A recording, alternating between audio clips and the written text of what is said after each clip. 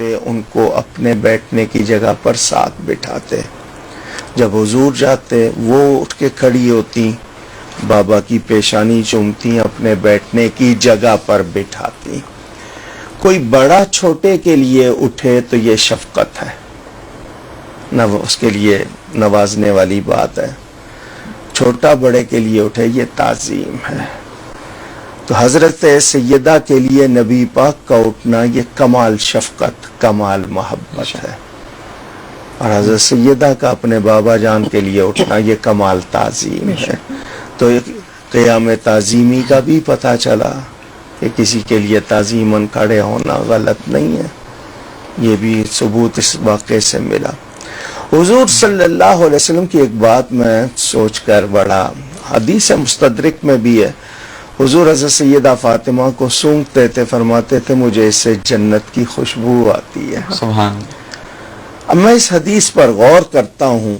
مثلا میں کوئی عطر، جس کو آج کل ہم پرفیوم کہتے ہیں انگلش میں، عطر سونگتا ہوں تو مجھے اس کی پہچان ہے. میں کہہ دیتا ہوں یہ گلاب ہے، یہ موتیا ہے، یہ یاسمین ہے، یہ عود ہے.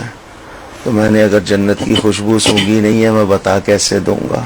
بہت پیاری بات. تو حضور صلی اللہ علیہ وسلم کا یہ فرمانا کہ ان سے جنت کی خوشبو، میرے آقا چونکہ جنت کے مالک بنائے گئے ہیں، وہ جانتے ہیں وہاں کی ہر چیز.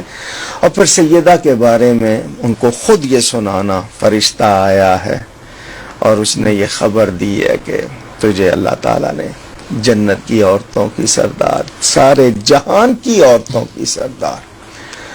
علماء میں ایک بحث چلی تھی کہ حضرت مریم افضل ہیں یا حضرت فاطمہ.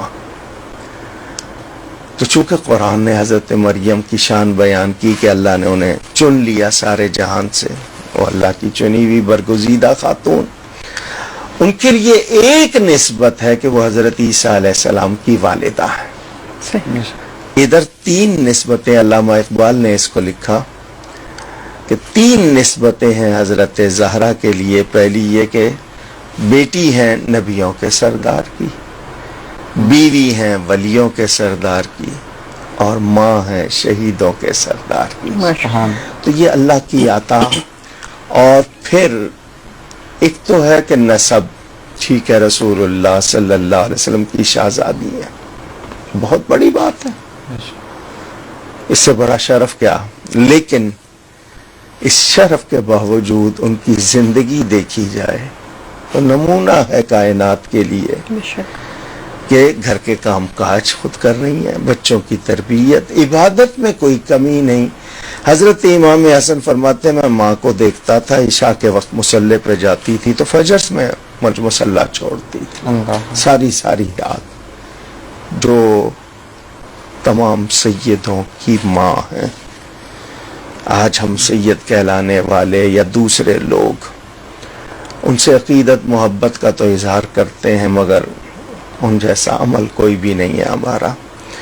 اللہ سے کتنا ڈرتی تھی، شرم و حیا والی کتنی تھی. آج خواتین سے کہا جائے نا پردہ کریں تو آگے سے جواب ملتا ہے جی پردہ تو دل کا ہوتا ہے، پردہ تو آنکھوں میں ہوتا ہے، حیا تو آنکھوں میں ہوتی ہے.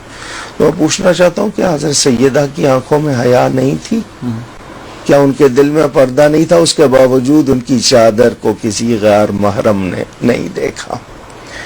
پھر حضور صلی اللہ علیہ وآلہ وسلم کے ارشاد کے مطابق ان کے لیے جو کچھ بتایا گیا، روایتوں میں یہاں تک ہے قیامت کا دن ہوگا جس دن لوگ اللہ کے غضب سے نفسی نفسی، نفسی کا مطلب میری جان، یعنی مجھے اپنی پڑی ہے، سر مجھے اپنی فکر ہوگی، مائی سیلف کر رہے ہوں گے. اس دن ایک آواز آئے گی، اے میدان محشر میں جمع ہونے والو اپنی نگاہیں جھکا لو. رسول اللہ صلی اللہ علیہ وسلم کی بیٹی براق پر سوار 70,000 اوروں کے ساتھ تیزی سے گزر جائیں گی. اتنا مقام ان خاتون کا، اللہ تعالیٰ ان پر کروڑوں رحمتیں فرمائے. آمین. اور ان کے صدقے ملت اسلامیہ کی خواتین کو بھی اور پوری ملت کو بھی اللہ تعالیٰ توفیق دے آمین. کہ ہم شریعت و سنت کے لیے اپنی زندگیاں وقف کریں، اسے اپنائیں اور پھیلائیں. آمین ثم آمین. ہمارے آقا محمد صلی اللہ علیہ وآلہ وسلم کا ارشاد پاک ہے کہ میں نے اپنی بیٹی کا نام فاطمہ اس لیے رکھا کہ اللہ رب العزت نے ان کے چاہنے والوں کو دوزخ سے آزاد کر دیا ہے، یعنی کہ دوزخ ان پہ حرام ہے. تو ان کی اولاد کے لیے ہے حضرت فاطمہ، اور ان کی سچی اولاد جو ایمان میں بھی ہوگی، نسب میں سے ہی ہوگی، ان پر دوزخ کو. اچھا، ہم لوگ ان سے اپنی محبت کا اظہار کس طرح کر سکتے ہیں؟ دیکھیں، محبت کے لیے پہلی بات تو یہ ہے کہ ہمارے اندر ان کی تعظیم ہو.